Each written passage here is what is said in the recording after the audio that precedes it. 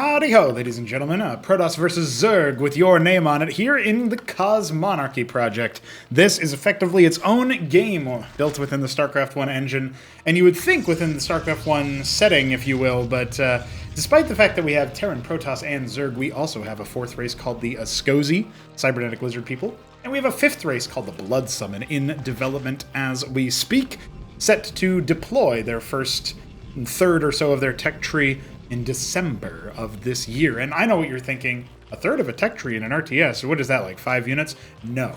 Units, races in Cosmonarchy, they're like 50 units, 40 to 50 units per race. That's what you can expect a third of to be coming. The first tier of play will feature, actually I think it features 19 units, funnily enough, for the Blood Summon. But the rest of their tiers have less units than that. It sort of cools off a little bit as you get more and more different as a result of all of the changes. That being said, enough about those other races because we got the P and Z here on display. But if you want to support the project and you want to provide more value to your experience, you can donate regularly on Coffee, ko-fi.com/Cosmonarchy. And you can also go to streamlabs.com/Pronogo if you want to support the fledgling 1v1 tournament scene. It actually won't always be 1v1. I'm planning a free-for-all tournament, a couple of show matches here and there as well. And of course, our regular 1v1 weekend wages will return following the conclusion of the Throne Room stage of Acropolis, which is our premier 1v1 tournament with a $1,000 prize pool. So feel free to keep on donating, keep on supporting. It is appreciated.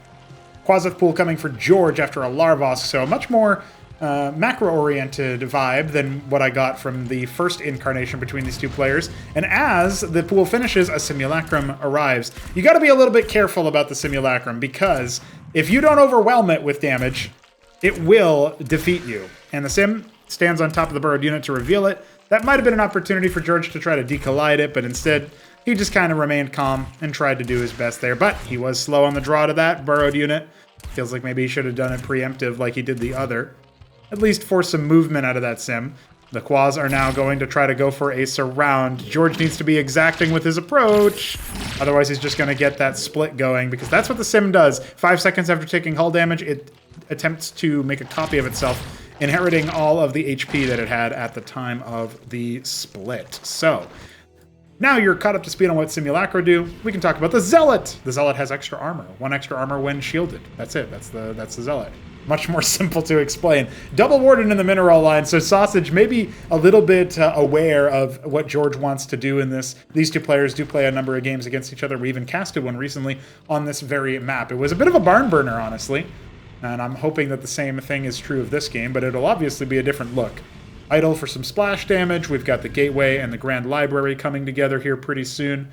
And I have a feeling that those are going to give way to more powerful units, individual central units for the Protoss. And a Shroud pretty quickly here on one base for George, not opting for an expansion. When he sees this sort of Vanguard there for the Protoss, he may consider one. But right now he's just adding more workers, which I don't hate. I love that he's also staying mostly on the enemy side of the map. I wouldn't mind a unit parked up on the natural base location. You can kind of tell on this particular map it's a little bit far from the ramp.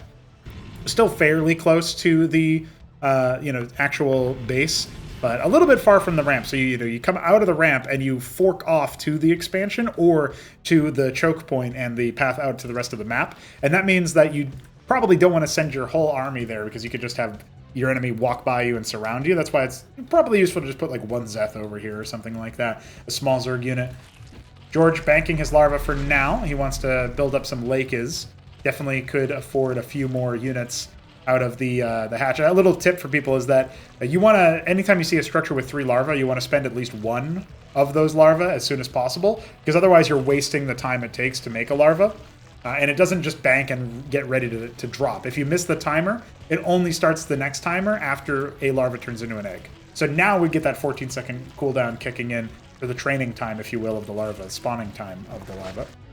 Zeth is at 12 o'clock, watching for any drops. Sosij is a drop guy, so that does make sense. And look at that, he's actually making an envoy as we speak. Of the units that he has right now, it could be an idle drop. That would make the most sense. But he might drop some Amaranths to be particularly annoying versus the pool comps.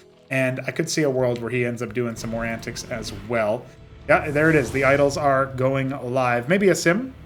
mix in with all of this. Yeah, you can definitely fit all that in. So the Envoy is obviously like a shuttle equivalent, but it does have more transport space. Enough that you can transport 3 Draconids, believe it or not. So that's a fun drop versus Terran, I think, because they might struggle a little bit against that. Whereas versus Zerg, you want the splash damage a little bit more. But George is only now starting to saturate his natural. He's got a reasonable army. He doesn't have any anti-drop defense. His 1-Zeth is in the other angle, right? He had 1-Zeth over here as well, but the Envoy narrowly missed it. So good instincts there for George, but he might want to consider a patrol. Either way, I don't think he noticed that movement there from the Envoy. He's making an Ovaleth. A Lake is on the way, our Lurker equivalent there. You can make it directly from Larva. And now, here we go. How long are we going to go? From 33 workers at the start of this drop, let's see how fast they end up falling. Already lost 3. There could be more where that came from. Trying to unload directly on top of the worker stack there. Yeah, that's 5, 6 going down. That's a lot of dead workers there all of a sudden.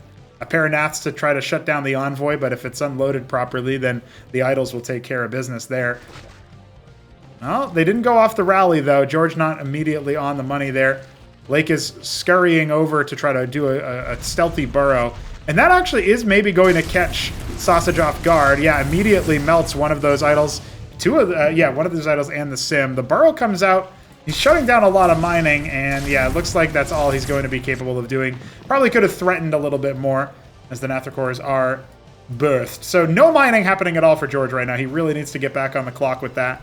Workers can't be slouching to that degree. I love the Nexus and the forward bulwark, even like a leapfrogged out pylon. So think about like TVZ StarCraft 1 in the pro level when you're trying to deal with like, not even just pro level, but like high level ladder stuff. You're gonna get lurker busted. That's what the Zerg is attempting to do to you as the Terran. You put like a bunker and then another bunker further forward, and missile turret or whatever for detection and stuff in that game. These are the things that you got to think about doing as any race against the if you're not ready to rock and roll with some actual forward detection, because the bulwark is a detector. There's a witness over here as well for active detection on the front line. And the Envoy is mostly here for show. Doesn't have anything in it, but you might be able to, bait in some more units here and there. Ardent Authority. I would love the Envoy to pick up an Acantor early on here. That would look pretty good. Nathakor's on patrol. The Witness, the Ovaleth, obviously a detector as well. These 2 units are going to be on a standoff. Hatch for the 3rd base. That can apply some pressure here for Sosij to have to deal with. The 3 Amaranth drop has to make it past these Nathrakors, which are very potent anti-air options. You can see Sosij is trying to maybe bait them out, and he will be successful in doing so, clearing the way for his move. Now, what is George's reaction? Some Lake is moving into burrow. The hatch going to have to be canceled, so not too bad in that particular respect, because you are talking about a situation where the, you just have to be concerned with the approach of the hatch. If you keep it alive for too long and you forget to cancel, that's a lot of money that you're down. But George has a lot of money in the bank, and not a whole lot of larvae to spend it on. The Amaranth hit squad has been dispatched to clear the Larvosks. Meanwhile, the front line gonna get roasted here, it looks like. But the Witness actually goes down. It flew in, and then Nathakor's cleared it thanks to the Ovaleth's detection. That's going to make the Lakers a little bit better in the dying embers of this fight. And that is a problem, my friends. George has cleared out the Amaranths finally at the cost of both Larvosks. And, well, he's now going to start getting his eggs spawn camped. The 2nd Witness arriving for that much-needed detection. But the Protoss army's committed. The Protoss army is very committed. And remember, George still has some larvae and a big bank. He can try to salvage this position if his army doesn't just get immediately eviscerated by this attack. You can tell that the Zoryus are packing a punch, not with their direct attacks, but the fact that they create those Rilla cores. The Sims, they're starting to split, but look at the amount of damage that each one of them has. The decollision actually being a bit of a thorn in Sosij's side, as the Zoryus cannot be stopped. There's so many of them got made with the mineral dump, and Ulgorg immediately started one Larvosk remorph, not the other just yet. And it doesn't even look like we have ridge mining in the natural right about now. George full focus on his army, not bothering on spending too much right now. We've got multiple Acantors coming. This still looks like a good hold from Sosij. I love that he's being tricksy with the Acantor there to blow open so many of those rills before they make it to the front line. Rilla Rocore, obviously a Broodling type unit. And when it dies, it applies like the Devourer attack debuff, where it rends armor and attack speed. It doesn't stack, but it is a pretty hefty punish there. Have to constantly incur. And so, yeah, definitely something that is a little bit spooky. Sosij still taking his time. He's going to drop that Nexus here with all of his money. Oh, no, he's not. The Zeth actually gets aggroed by that Scribe, so that's going to need to be taken out in a different way. Third Ardent. Very cool. If this Envoy picked this pylon up and moved it off to the side or something, I'd love to see, because the Nexus is a power field in Cosmonarchy, I'd love to see a Crucible be put like right underneath that central one. We might still see it just popped over here and it would still reach. It's just not as forward-facing, not as future-proof. No third attempt from George. Third attempt on the third base would be required. There's the Escagant for the Ridge Cap. Finally, the Amaranth clears that Zeth, and we will get another expansion attempt out of Sosij. But he has slowed it down pretty heavily. A Cantor Amaranth. Ooh, pretty deadly. Obviously just looking around for anything he can get. The one Nathakor has been dispatched to clear the Envoy. Make sure you unload that Acantor, my friend. He did not unload the Acantor, my friend. Well, the Amaranth is going to get overwhelmed eventually. The Zorius obviously just spawning more and more DPS to deal with it. Every time it gets attacked, it starts incubating a rill. I guess I should stipulate every time it gets attacked, while not already incubating a rill, it will start incubating a rill. Workers get back to work. That is what they do after all. A worker, what does he do? But the static defense coming online here for Sosij at the third base. I love that Protosses are getting more and more adept at actually building pylons. This feels like something that they all tried to be as greedy as possible about and not make pylons because their Nexus is a power field. Well, make a pylon, dude. It's pretty good. And Sosij showing us the way as of right now. For a while, I rated Sosij higher than George, and then George was getting a lot of surprising results in Throne Room stage, qualifying in, okay, that might make some sense, but defeating Newt and almost beating Neblime made him look like he was a cut above, but that was after a lot of grinding, and I don't think he practiced nearly as hard afterwards in the playoffs bracket. I think he just, he said he'd no-lifed a different game or something, and then he was like, damn, I have no practice time. So now he's going back and trying to rebuild from basics. Ultra Cores are available. These units do have a good amount of lifesteal, but I just have this sneaking suspicion that with this one Hierophant and the Acantor's packing a huge punch, the Ultra Cores are not going to be sufficient. He's going to try to get away. Looks like he will be successful. He needs to defend that egg. You can just step on that egg before it turns into an Ultra Core, but Sosij not too much concerned about that. Waypointing workers over to that third base. See if we can spawn camp the Ultra Core. The answer is no. Doesn't get a slow on it. Hey, the third attempt at the third base is actually happening. 5 Gorga Cores, not a bad shout versus the Positrons. And of course those Acantors as well, but he might need to engage beforehand. The Acantors are just splattering him. Those Reaver equivalents playing hard to get. And it's so hard to actually wrap around the army here because of the way that this wall of Sims and Drakodons were made. The Gorgs are going to try to sink their teeth in, but look at the Positron count still being high enough to do some much-needed splash damage. It might still be just enough for the Zerg to hold, as the last Positron might end up falling soon. Yes, it does. Sims can shoot up, the Draconin can shoot up, but the Acantors have been routed. At the same time, George going for a round of workers off the back of that. Good instincts to know that the Protoss army can't proliferate as fast as the Zerg can. And we're back into a bit of an even match, although I would still say it's very much Protoss favored. You take one look at the worker count, and you got to concede that. Static defense in a great array here, so no splash damage from the Gorg on multiple structures, and that will be a relatively easy hold. The Bulwark restoring shields as well. Units rotating over. We've got those Servitors, the Amaranth standing tall despite everything. And we do have Crucible to empower all this production. Double Unitary Union is the tech for Sosij. He was taking a little bit of time to spend down his money, and George is going to respond by putting his own static defense array up here in his third base. But I think he needs to consider a double expansion here. Instead, he's gone for the ski back. He's making 18 Hydralisks. We will be seeing the Bactyl push. And that can really catch Acantor's flat-footed. They only have the 1 armor. So it's a little bit of a concern. Fourth base now coming up for Sosij. The Zeth not blocking the site. Will not delay it like that. Khaz'Trith and of course another Circuth. At some point we might need to consider tier 2 to empower those defenses even further, but for now George seems content to try to catch back up into the game. Triple saturating his gases, it looks like, at least in the main base. He's actually got it in the natural as well. 1 Positron dispatched to deal with the Zeth. The funny thing about the Positron is that it deals about the same amount of damage to 1 Zeth as it does like 40 Zeths, so It looks worse than it actually is. Now, taking the 3 o'clock is an interesting decision here by George. He scouts out where that base is, and he knows, okay, my opponent's expanding in this direction. I'm going to do the same thing. This is a base that has the ramps into and out of in the same sort of area. So this is a much more defensible location with only one ramp into it. Much more isolated there. The 12 and 6 bases here. So the fact that George doesn't go for that is an interesting choice. Witness spying the army, sees the Bactylus count starting to grow. Ultra cores also being made right now. I feel like with all this static defense being made, Sosij might be forgetting what he actually needs in this moment, but he will ridge cap in the fourth base immediately. Hasn't gotten any gas caps going inside the third, and he's also not double saturating the gas. This can be a comeback mechanic for George, as it will give him a ton of Vespene since he's extra saturated. Yeah, he's triple saturated the geysers, so the diagonal paths in particular actually make that even better than they would normally be. I like the engram inside the fourth base. Third unitary, he's making a lot of Unars to just burst down those Ultra Cores.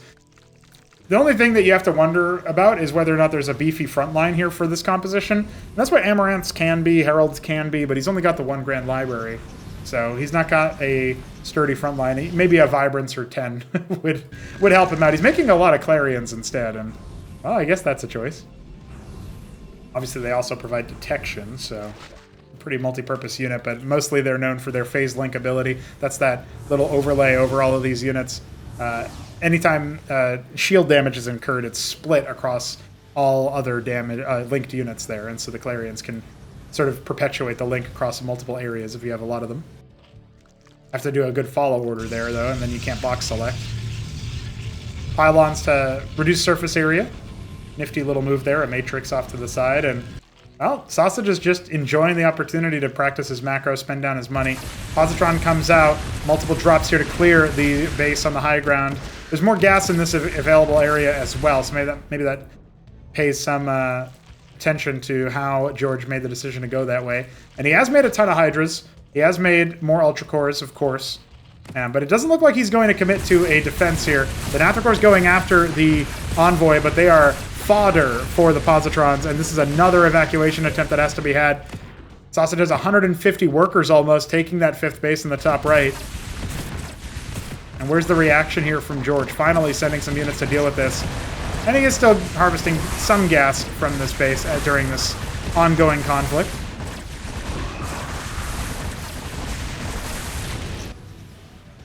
Man, this is a cool Protoss army, though. 9 Unars, loads of Servitor, got the 3 Acantors as well. And of course, that means that your heavy fire, it's mostly going to be in that single target, but there's so many. At that point, you can be sniping individual Bactyls, right? I mean, the Ultra Core count is pretty comparable as well. We're looking at going to be 12 Ultra Cores here, it looks like, by the way. As soon as the one down here finishes. Looks like the army's going to engage beforehand. Unar's a little bit out of position. Clarions all concentrated means that they're not shielding each other over off to the left-hand side. And now the Unars are getting engaged upon directly. Where's that focus fire coming out from the Unars? That's what I want to see. They're kind of attacking whatever. But it does look like that front line will be cleared. Asilians and Acantors behind them. A lovely spread here for Sosij. Is Clarion still providing that sustain, that extra power for the Protoss army. And with the front line gone, it does feel like the back line will crumble.